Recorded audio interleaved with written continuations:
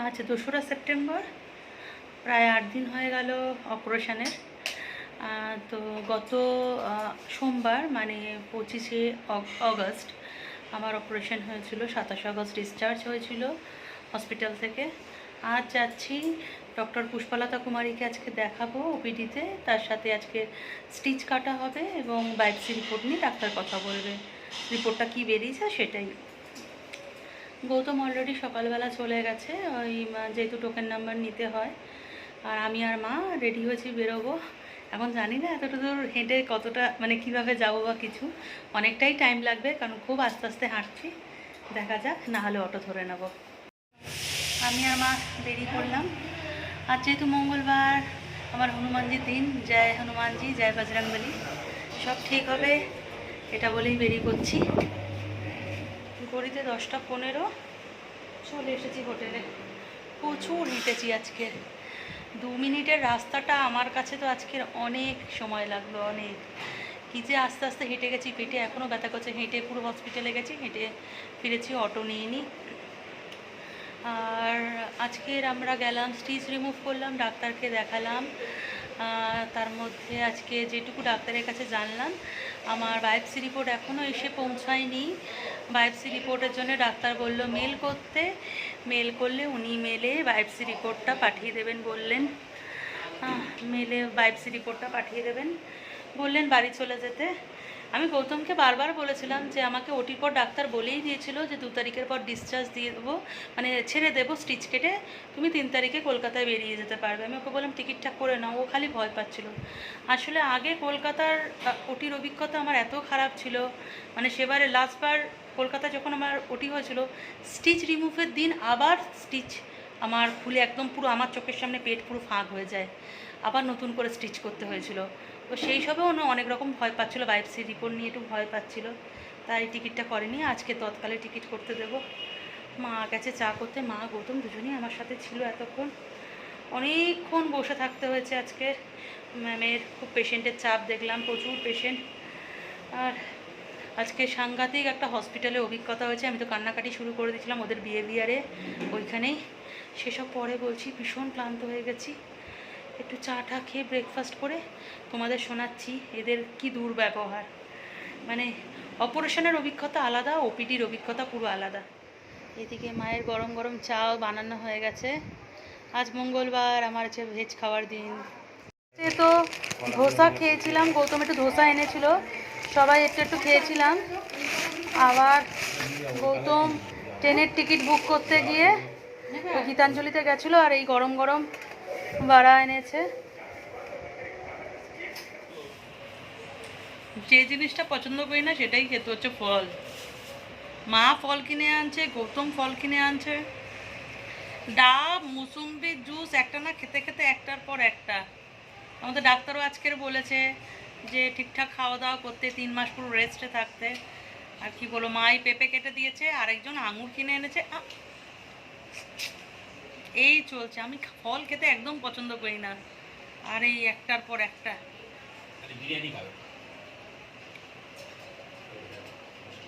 আজ যেহেতু মঙ্গলবার, আমি নিরামিষ খাই। মা নিরামিষই রান্নাবান্না করেছে, মুগের ডাল, পাঁপড় ভাজা, এদিকে ফুলকপি আলুর তরকারি। এই কদিন এইভাবে শুয়ে বসেই দিন কাটছে। একটুখানি মানে শুয়ে থাকি, একটুখানি লনটা হাঁটি, একটু চেয়ারে বসি, এই পেট ব্যথা নিয়েই চলছে। আজকে অসহ্য পেট ব্যথা করছে, যেহেতু অতটা হসপিটালে হেঁটে গেছি, এসেছি, অনেকক্ষণ বসে থাকতে হয়েছে, সিঁড়ি দিয়ে ওঠা নামা। সিঁড়ি তো ইউজ করিনি, লিফট তাও একটু একটু অল্প অল্প যে র্যাম্পগুলো ছিল, র্যাম্প বা অল্প অল্প সিঁড়িগুলো ওঠা নামা করেছি। তো এত পেট ব্যথা করছে আর এত পা কোমর ব্যথা করছে, থাকতে পারছি না, অসহ্য। আর আমার পেটের চারিদিকে তো এত কেটেছে বলার মতো না। প্রথমে আমি আগেও যেতে বলেছি, প্রথমে মাইক্রো হবে বলে তার কাটা হয়েছিল 4টে ফুটো, 3টে ফুটো আর একটা বড়, যেটাতে ক্যামেরা ঢোকে বা দূরবীন ঢোকে, যাই হোক সেটা একটু বড় হয়, সেই কাটা হয়েছিল। তারপর ওরা দেখলো যে করা যাবে না মাইক্রো, দেন ওরা ওপেন সার্জারি করেছে, গৌতমের পারমিশন নিয়েই করেছে। তো এবার তারপর আবার ওপেন সার্জারির পেটের তলায় কাটা, যেহেতু আমার এইভাবে লম্বা কাটা আছে আগে আগে এইভাবে সার্জারি হয়েছে সেহেতু। তো এত পেট যন্ত্রণা করছে আজকের, এত জায়গা স্টিচ রিমুভ হয়েছে, ভীষণ কষ্ট হচ্ছে। শুভ সন্ধ্যা বন্ধুরা। হঠাৎ করে দুপুরের পর থেকে শরীরটা আরেকটু খারাপ হয়েছে, আর এই কটা দিন যেন লড়াই চলছে। সন্ধ্যার চাটা খাওয়া হয়ে গেছে, দুপুরবেলা থেকে হঠাৎ শরীরটা খারাপ হয়েছে। আর কপাল দেখো, আজকেরই আমি ডাক্তার দেখানো কমপ্লিট, টিকিট করতে দিয়েছি, হঠাৎ এই প্রবলেম হচ্ছে। দুপুরবেলা দেখলাম হঠাৎ একটা ভেজাইনাল ব্লিডিং স্টার্ট হয়েছে। মানে এই ব্লিডিংটা কেন হলো বুঝতে পারলাম না, কারণ ওভারি যেহেতু বাদ দিয়ে দিয়েছি, আমার আর পিরিয়ডস হওয়ার কথাই নয়, কারণ ডাক্তারও বলে দিয়েছে আর পিরিয়ডস হবে না। কিন্তু হঠাৎ একটা ভ্যাজাইনাল ব্লিডিং হচ্ছে। তো আমার মনে হচ্ছে আজকের অনেকটা হেঁটেছি তার জন্যে কিনা জানি না, ব্লিডিংটা যদি বাড়ে তাহলে ইমার্জেন্সিতে গিয়ে ডাক্তার দেখাবো বা ইমার্জেন্সিতে ভর্তি হয়ে যাব। এখনও ব্লিডিং হচ্ছে কিন্তু সে পরিমাণ নয় বলে এখন অবধি মাথাটা স্থির রেখেছি। গৌতম তো ভীষণ টেনশন করছে, টিকিট করতে দেওয়া হয়ে গেছে, বাড়ি ফিরবো এরম একটা সিচুয়েশানে, ডাক্তার দেখানো পুরো ডান কমপ্লিট। মানে এই যে 8 দিন ছিলাম, 8 দিনে কিছু হলো না, 8 দিনে পেন ছিল, যথেষ্ট পেন, নানা রকম কমপ্লিকেশন, কাশি সব নিয়ে লড়ে ঠিক হয়েছি। এটা একটা নতুন অ্যাডিং হলো। তো যাই হোক, প্রবলেম তো থাকবে, এত বড় একটা ওপেন সার্জারি হয়েছে। একটু মা একটু বেরিয়েছে, গৌতম আর মা সামনের দোকানে, আমাকে বসিয়ে দিয়ে গেছে। একা কারো সাহায্য ছাড়া কিছুই করতে পারছি না। আর আজকের হসপিটালে কি হয়েছে তোমাদের বলছি। অপারেশনের সময়ের অভিজ্ঞতা একদমই আলাদা ছিল। গত জুলাই যখন এসেছিলাম তোমাদের সাথে শেয়ার করেছিলাম হসপিটালের কিছু ব্যবহার বা স্টাফদের কিছু ব্যবহার, পার্টিকুলার কিছু ডিপার্টমেন্টের ব্যবহার আমার ভালো লাগেনি, সেগুলো সবই তোমাদের কাছে শেয়ার করেছি। আজকের একটা নতুন অভিজ্ঞতা হলো। ওটিতে কিন্তু আমার অভিজ্ঞতা দারুণ। ওটির পর যে ওয়ার্ডে আমি ছিলাম, G4 ওয়েস্ট, এত নার্সের ট্রিটমেন্ট, নার্স বলো বা সিস্টার দিদি যাই বলো, ইভেন ওটি স্টাফ থেকে শুরু করে সবার, ওই ওয়ার্ডের স্টাফ, সিকিউরিটি, সবার ব্যবহার এত ভালো, আমি যেটা ভাষায় প্রকাশ করতে পারবো না, এত কেয়ারিং করেছে ডাক্তাররা, মানে মানে আমার সে ভাষায় প্রকাশ করতে পারবো না। এই যে জুলাইয়ের যে অভিজ্ঞতা নিয়ে গেছিলাম, সেই অভিজ্ঞতাটা অনেকটা হলে আমার মুকুব হয়ে গেছিলো, একটা এদের প্রতি একটা ভালো জিনিস জন্মেছিল। কিন্তু আজকের কি হয়েছে, আজকে বললাম গৌতমকে আমি আগে পাঠিয়ে দিয়েছিলাম বেসমেন্টে গিয়ে টোকেনটা নেওয়ার জন্যে। যারা তোমরা গাইনো ডিপার্টমেন্টে ডাক্তার দেখো তারা জানো, ওটি ব্লগের বেসমেন্টে ওইখানে এমআরও কাউন্টার থেকে টোকেন নাম্বার নিতে হয়, রুম নাম্বার নিতে হয়। আর আমি আর মা আস্তে ধীরে হেঁটে হেঁটে গেছি। তো হেঁটে যাচ্ছিলাম, মা বারবার বলছিল চল একটা অটো করে নিই। আমি বললাম না, অটোতে ওই নিচু হয়ে বসবো, আর অটোর ওই ঝাঁকা নিয়ে আমি নিতে পারবো না, তুমি হাত ধরে ধরে হাঁটি নিয়ে যাও। এই হাঁটাটা আমার খুব ভুল হয়েছে, প্রচুর হেঁটেছি, আস্তে আস্তে হেঁটেছি, কিন্তু অনেকটা পথ আমি এটা বুঝতে পারিনি। তো অলরেডি আমি যখন গিয়ে পৌঁছেছি, গৌতমের টোকেন নাম্বার নেওয়া হয়ে গেছে। গৌতম বলল প্রথমে 101 নম্বর রুমে যেতে হবে তোমাকে, ওটা হচ্ছে ট্রিটমেন্ট রুম, হ্যাঁ, যেটা ওটি বেসমেন্টের ওটির ফার্স্ট ফ্লোরে, ওটি ব্লগের ফার্স্ট ফ্লোরে রয়েছে। আর তারপরে 102 নম্বর রুমে যেতে হবে, যেটা হচ্ছে এমআরও কাউন্টার।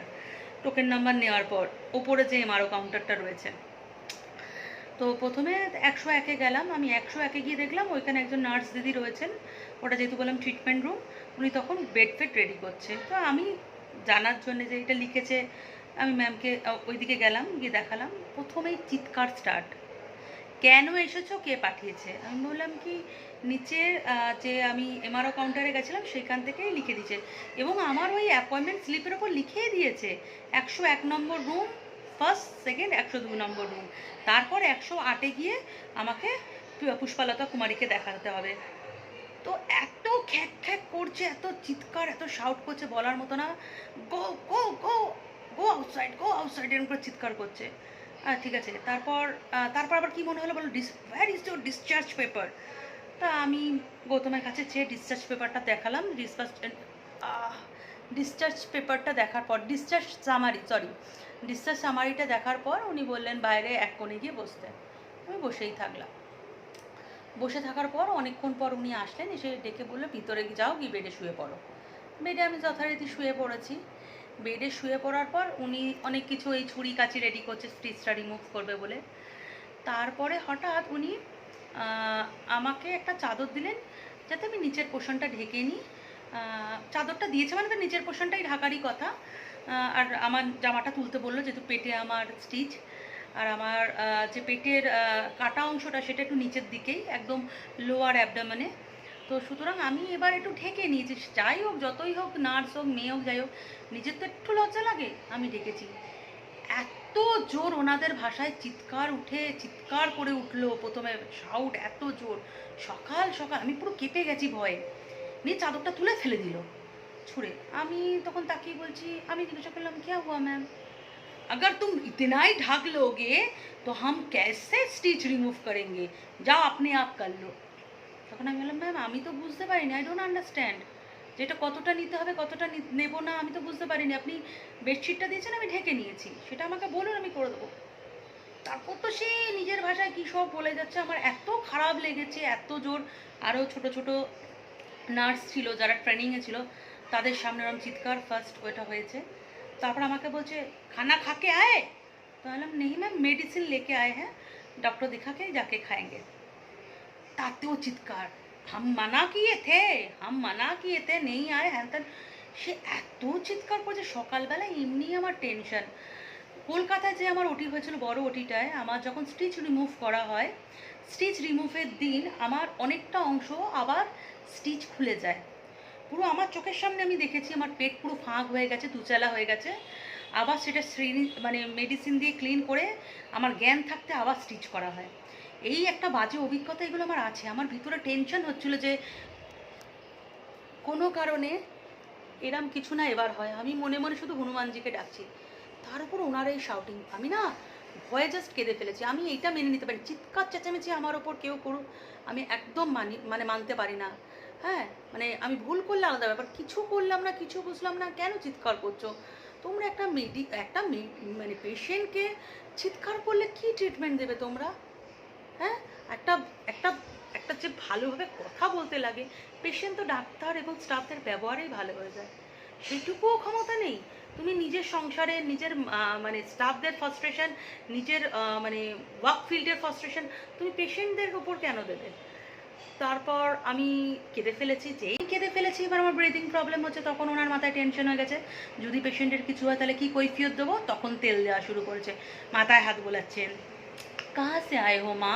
তখন আমার গলার ভয়েস একদম নেমে, তারপর আমি উত্তর দিলাম হ্যান ত্যান। তারপরে আমার তো কান্না থামছেই না, আমি তো ওই কুকি কাঁদছি। তখন বললো কি স্টাফদের বললো ওর হাজব্যান্ডকে ডেকে আনো। তো এবার গৌতমকে ডেকে এনেছে। এবার গৌতম ভেবেছে আমি স্টিচ কাটার ভয় কাঁদছি। গৌতম আমাকে বলছে ভয় পেও না, এত লড়াই লড়লে এইটাতে তুমি ভয় পেয়ে গেলে, তুমি ভয় পেও না, তুমি এক কাজ করো, তুমি হনুমানজির নাম নাও, সব ঠিক হয়ে যাবে। আমি ওকেও কিছু বলতে পারছি না, বললাম তুমি যাও। তো গৌতম একটু জল খাইয়ে চলে গেল। তারপর স্টিচ রিমুভ করেছে। স্টিচ রিমুভের সময় আমার একটুও চোখ দিয়ে জল বেরোয়নি, কারণ আমি অত দুর্বল নই যে স্টিচ কাটতে ভয় পাবো বা কাঁদবো। আমার পেটের চারিদিকে স্টিচ হয়েছে, যদি পরে দেখাতে পারি আমি দেখাবো। চারিদিক ওরা কেটে ফালা ফালা করে ফেলেছে। তো স্টিচ রিমুভ আমি বসতেও পারছি না, আমিও ভয় পাই না। তো স্টিচ রিমুভ করতে করতে উনি নিজেও বলছে যে অন্য পেশেন্টদের স্টিচ রিমুভ করতে গেলে আটকায়, বলে থোড়া দের রুক যাও দর্দ हो रहा है, तुम तो कुछ नहीं बोलो, तुम बहुत ब्रेव हो। তখন মানে কত নাটক। যাই হোক, আমার স্টিচ রিমুভের পর ক্লিন করে দিলাম, মেডিসিন লাগিয়ে দিল। এইদিকে তো একদম এদের বলতে নেই, এইগুলো খুব ভালো। স্টিচ রিমুভের আগেও পুরো বডি একদম অ্যান্টিবায়োটিক দিয়ে ক্লিন করলো, তারপর স্টিচ কেটে আবার অ্যান্টিবায়োটিক দিয়ে পুরো চারিদিক ক্লিন করে দিল, দিয়ে বললো আব তুম যা সকতে হো। তারপরে যখন আমি বেড থেকে নেমেছি, আবার বলছে বেড থেকে নামার সময় যে হেল্প করে দেবো। হ্যাঁ বলে নামিয়ে দেওয়ার পর তারপর আমাকে জড়িয়ে ধরে কত আদর, মাথায় হাত বোলানো, হ্যানা ত্যানা।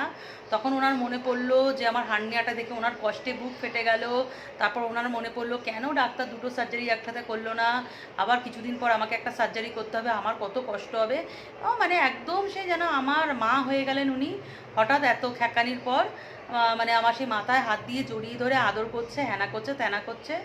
যাই হোক, তারপর আমি কি খাবো কীভাবে থাকবো বলে দিল, এই খাবে, হেলদি ফুড খাবে, 3 মাস পুরো রেস্টে থাকবে, 3 মাসের পর ওয়াকিং জগিং যা করার করবে। হ্যাঁ, নানা রকম কথা বলো। তো আজকের এরম একটা অভিজ্ঞতা। আমরা পেশেন্ট, আমাদের মনে অনেক টেনশন, অনেক রকমের টেনশন থাকে। হ্যাঁ, এত দূর থেকে আসি, এসে ট্রিটমেন্ট করাই। আমাকে আরেকটা কথা বলছিল, তোমাদের কলকাতায় সার্জারি হয় না? আরে কলকাতায় যদি সার্জারি হতো তাহলে এরম অখাদ্য একটা জায়গায় আমি আসতাম এত খরচা করে, এসে এই ভেলোরের মতো ফালতু জায়গায় থাকতাম, এই তামিল ভাষীদের লোকেদের সাথে আমি থাকতাম, হ্যাঁ, বারবার নিজেদের ঠকাতাম? আমি মানছি সিএমসি যথেষ্ট ভালো হসপিটাল, খুব ভালো, কিন্তু এখানকার লোক ভালো নয় তো, এখানে পরিবেশ আমার একদমই ভালো লাগে না। তো সুতরাং আমার যদি কলকাতায় সব হতো আমি কেন আসতাম? এত বোকা বোকা কথা আমার কাছে, কলকাতায় ভালো হসপিটাল নেই? হ্যাঁ ম্যাম সব আছে, অ্যাপেলো ট্যাপেলো সবই আছে, তো কী করব, আসতে হচ্ছে। আরে আমরা আসছি বলে তো ইনকাম করছিস তোরা, এত বড় ইনফ্রাস্ট্রাকচার বাড়িয়েছে, আমাদের মতো পেশেন্ট আসছে বলেই তো হচ্ছে। কি বোকা বোকা কথা তো, মানে এক বলছে কলকাতায় নেই, মানে এই আমি বলেছিলাম না তামিলভাষী যে স্টাফ থাকে, নার্স থাকে, তারা ভীষণ বাজবে। আর এখানে তো বেশিরভাগই তামিলভাষীই থাকে। আজকে ওই তামিলভাষী ছিল, নিজের অত ফার্স্ট্রেশন, একটা কোনো ফার্স্ট্রেটেড ছিল হয়তো মহিলা, ফ্যামিলিগত হোক বা কাজের ব্যাপারে, উনি সকালবেলা সেটা আমার সাথে ধরলো, এবং উনি যখন ভুল বুঝতে পারলো ভুল হয়েছে তখনই ক্ষমা টমা চাওয়া। যাই হোক, মানে অপারেশনের একটা অভিজ্ঞতা আলাদা, আজকের অভিজ্ঞতা একটা আলাদা। এরম আরও কত কী অভিজ্ঞতা হতে চলেছে আমার জীবনে বা হবে, আমি সেটা তো বলে বোঝাতে পারবো না। কারণ আমার ট্রিটমেন্টের যা অবস্থা, আমাকে সিএমসিতে আসতেই হবে ভালো ট্রিটমেন্ট পাওয়ার জন্যে। কী আর করব, আমি ওপিডি সেকশনগুলো দেখলাম এখানে একদমই ভালো নয়, কিন্তু সার্জারি সেকশন ভীষণ ভালো, ভীষণ ভালো। ভালো সার্জারি পাওয়ার জন্য তো আমাকে আসতেই হবে, কি করব, এত রোগ বাঁধিয়ে ফেলেছি। যাই হোক, এখন এই ব্লিডিংটা হচ্ছে, আজকে যেটা হলো সেটা তো শেয়ার করলাম হসপিটালে। ও তারপর সরি, তারপর ম্যামকে দেখালাম, ম্যাম দেখে ম্যাম বললো সব ঠিক আছে, চলে যাও। সুপর্ণা, তুমি বছরে একবার আসবে, মিরিনাটা লাগানো আছে, মিরিনাটা 2027 খুলে দেবো। আর কোনো কিছু প্রবলেম হলে তুমি আমাকে মেল করবে, আমি মেলে কথা বলে নেবো। আর উনিও বললো বারবার যে হার্নিয়াটা একসাথে সার্জারি হয়ে গেলে খুব ভালো হতো। আমরা বারবার সার্জিক্যাল ডক্টরকে বলেছি, সুপর্ণা একদমই রাজি হয়নি। আজকে তুমি একবারেই ওটি করে বাড়ি চলে যেতে পারতে, তোমাকে আর 3 মাস পর আসতে হতো না। আর তুমি এই মুহূর্তে সার্জারি করবেই না, 3 মাস শরীরকে রেস্ট দেবে, তারপর সার্জারি করবে। কারণ তোমার অনেক বড় সার্জারি হয়েছে, 2টো ওভারি বাদ দিয়েছি, টিউমারটা বাদ গেছে, অতটা কাটা হয়েছে, তুমি এই মুহূর্তে কোনো রিস্ক নেবে না। আবার 3 মাস টাইম নাও, ভাবনা চিন্তা করে শরীর সুস্থ হলে তারপর সার্জারিটা করবে। আর যদি প্রবলেম থাকে তাহলে আগে এসে সার্জারি করে নেবে। যাই হোক, তো আজকের এইটুকু ম্যামের সাথে কথা হলো। এখন দেখা যাক আজকের এই প্রবলেমের জন্য কি হয়। এখন যদি বেশি বাড়াবাড়ি হয় আমরা ইমার্জেন্সিতে যাব, আর না হলে এখন কলকাতায় যাব। তো মারা ফিরে এসেছে, আমার মা তো এখানে একাই 100, মাকে মার্চে এনে মার্কেট টার্কেট দেখিয়ে দিয়েছিলাম, মা একাই গিয়ে এই ইল্লে পদের এদিক ওদিক করে দিচ্ছে, মা গিয়ে সব কেনাকাটি করে নিচ্ছে, ওই কত কি জিনিস কিনেছে আমার সামনে বের করেছে, তোমাদেরও দেখাচ্ছি দাঁড়াও। এই তো আমার তাওয়া, এই মা, আমি এই তাওয়া নিয়ে গেছিলাম, ভীষণ ভালো। মা তাওয়া নিয়ে এসেছে, মায়ের জন্য ছাঁকনি, আর ছাঁকনি, ও ও এটা গৌতম ছাঁকনি কিনেছে 130 টাকা দিয়ে। আর এই থালাটা কিনেছে, এটা গিফটে যাবে, মা একজনকে গিফট করবে। এই স্পুনটা আমার মেয়ের জন্য মা কিনেছে, আমার মেয়ে একটুখানি ভারী স্পুনে খেতে পছন্দ করে। এই মা গিয়ে দেখো মুরুকু টুরুকু সব কিনে এনেছে একা গিয়ে বড় বাজারে। গৌতম তো বড় বাজারের নামে ভয় পেয়ে যায়, গৌতমের যে 5,000 টাকা চোট হয়েছে বলে। এই মা সব কিনে এনেছে। মা তুমি আঙুরগুলো এনেছো, মা একটু দেখাও। মা কালো আঙুর খাবো বলেছিলাম, দেখো এই বড় বাজার থেকে মা এত কালো আঙুর কিনে এনেছে আমার জন্যে। এই আঙুর খেতে আমার ভীষণ ভালো লাগে, দানা থাকে না, কত আঙুর নিয়ে এসেছে মা। হ্যাঁ এখন লেট আছে। রাতের ডিনারে পরোটা, আর সকালের ফুলকপি আলুর তরকারি, আর যেহেতু মঙ্গলবার নিরামিষ, তো খেয়ে নিই ঝটপট। বাইরে বেশ বৃষ্টি হয়েছে আজকের, ওয়েদার ঠান্ডা।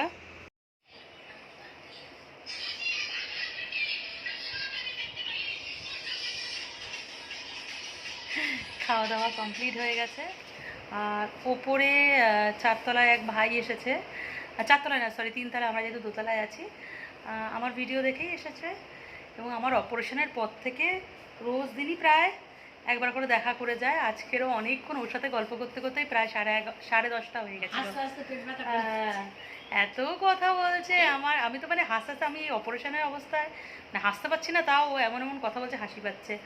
ও খড়গপুর থেকে এসেছে, তো ভাইয়ের সাথে অনেক জমি আড্ডা দিলাম, ভাই অনেক কথা বললো। পুরো আমাকে দিদি বলছে, নিজের দিদির মতোই অনেক কিছু শেয়ার করলো, গল্প করলো নিজের লাইফ নিয়ে।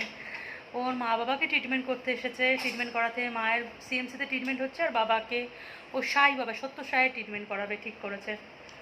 তো এটা আমার ফোন নাম্বার নিয়ে গেল। তোর সাথে কথা বলতে বলতে অনেকটাই লেট হয়ে গেছে। মেডিসিন খেয়ে নিয়েছি, আর যা গরম পড়েছে একটু গা হাত পা মুছে নিচ্ছি, ভীষণ চ্যাটচ্যাট করছে। আমি তো সাবান শ্যাম্পু এখন অবধি করতে পারিনি। তো আজকের ব্লগটা এখানেই এন্ড করছি। তোমরা সবাই ভালো থেকো, সুস্থ থেকো। চলো ভাই, গুড নাইট।